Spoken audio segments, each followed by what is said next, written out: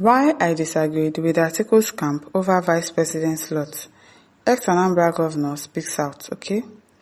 The former governor of Anambra State and presidential aspirant of the Labour Party, Peter Obi, recently revealed the reason why he disagreed with the camp of Atiku over the proposed vice president coalition deal.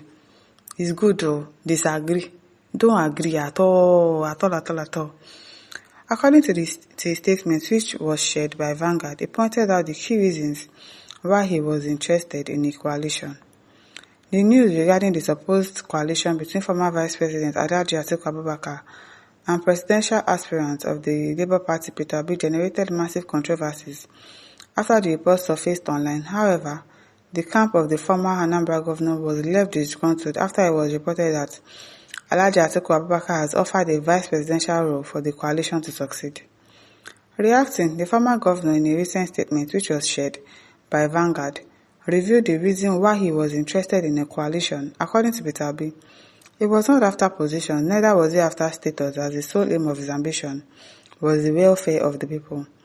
Speaking further, he pointed out that he was in coalition against hunger, and his mode of politics was not about seeking position. I'm in coalition against hunger, a coalition against poverty, a coalition against ill health. Politics for me is not about position, it is about doing the right thing. Hi God, how did you miss this man? Whatever you make of it, the report, I can tell you that I, Peter, have told you where I stand. I am talking about the education of these children. I am not talking about position, he said. Wow. It is well. One phone says, I'm sorry for Obi. Honestly, I'm very sorry for Peter Obi. He doesn't even know what he wants. Why you are not okay? What do you mean he doesn't know what he wants? How can this man disappoint me like this? How did he disappoint me? How did he disappoint you?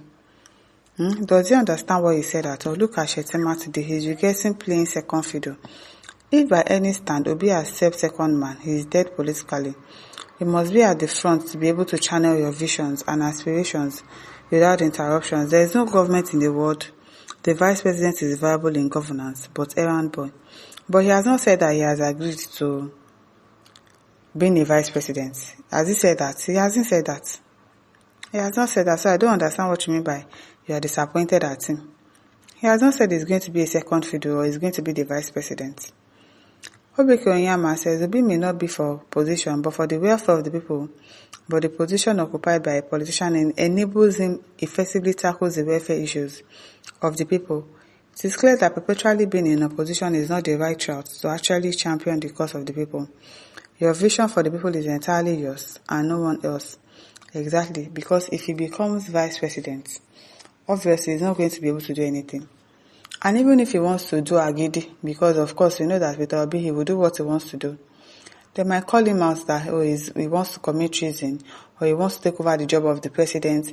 Blah, blah. You know how these people do in Nigeria now. So it is either president or nothing. President or nothing. You can't be the vice president or Atiku, Peter Obi. So don't even agree to that coalition of you becoming the vice president or Atiku. It's not going to work. It's not going to work. Ejike Collins says, is Atiku not tired of contesting? Obviously, he's not. Even if I'm asleep, I can't make a mistake of thumbprinting for you. You are so corrupt. In fact, Bulubra is even much better than you, bro. It is well.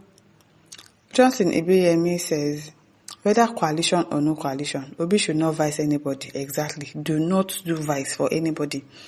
He should stand on his own in any platform or party and will contest 2027 presidential election together with his former vice presidential candidate, Dati, yes. Ahmed may not be a prominent politician in the north, but he has more than a clean record. An educationist of his capacity could bring back corrupt governors to their knees and change Nigeria positively. So he should not even agree. At all, I beg. Raphael says 2027 is the turn of the north. What rubbish is this one saying? Atiku can make a great change with Obi as his vice. You are talking rubbish. 2027 is not the turn of the north, it is still the turn of the south. So what are you saying? Beg. Cash and digital assets says people they fear to spend their money against incumbents. Only Atiku get that liver, and he himself knows say his body go year am. I beg, he doesn't have money again. Which money? Atiku does not own presidential slots to offer to. I don't understand that. Yinka Adebayo says, it is easier said than done. This man is talking as if he has any magical to the governance. Any coalition that is in that should change the South this time around is bound to fail. I don't know. Thank God, says Peter Obi, we do expect our advice not to run for 2027 election. Why? The reason is that you frustrated so many of your supporters, especially me, who they come from PDP to Labour Party. In 2023 presidential election, there was no polling unit agent. And in all the polling units, you won, but PDP was declared the winner in my state. Because you didn't give a dime to any agent. I don't understand the modalities by which you want to use and election in this country. I'm also seeing the same mistake. He's not the one to pay agents. Is he the one that will give agents money? Is it not the party? Is he supposed to use his personal money to pay agents? People know that Peter Obi will not do that. Because if he does that from his personal pocket, they will say he's bribing them. People know how this thing works in Nigeria now. You want them to say he's bribing. He's not the one to pay party agents. It is his party. I should pay party agents. It is well low. Kenneth Ohaka says, anything not Obi as president is not acceptable. Yes, so to be obedient. And Timmy promises instead, Tipping continue his turn. Exactly. If you are not going to be the president, well, let Tinubu continue. You go the manager like that. You go the rougher. Mohammed Ibrahim says, you are absolutely right. Your Excellency, the coalition won't work if you refuse to accept the deal. The objective is to clear the road for you to be president in 2031 by God's grace. This one is talking another in 2031, Babu. It's 2037 or nothing, no. You can implement your plans while still being a vice president. It's not going to work. If he's a vice president, he's not going to be able to do anything. Vice presidents are sidelined in this country. We know that. They are. They will not even see you. They will not even see your brake lights. Are you pushing Shetima? No. They are not. Oh. Izu Donsoni says, you're a wise man. Don't let them use you because what I know is Obi for president come 2027. That's all. That's all. It's either Obi or nobody. I beg you. I really agree. Says if Peter Obi accepts VP, that may affect his political career. It's definitely going to affect it. It is definitely going to affect it.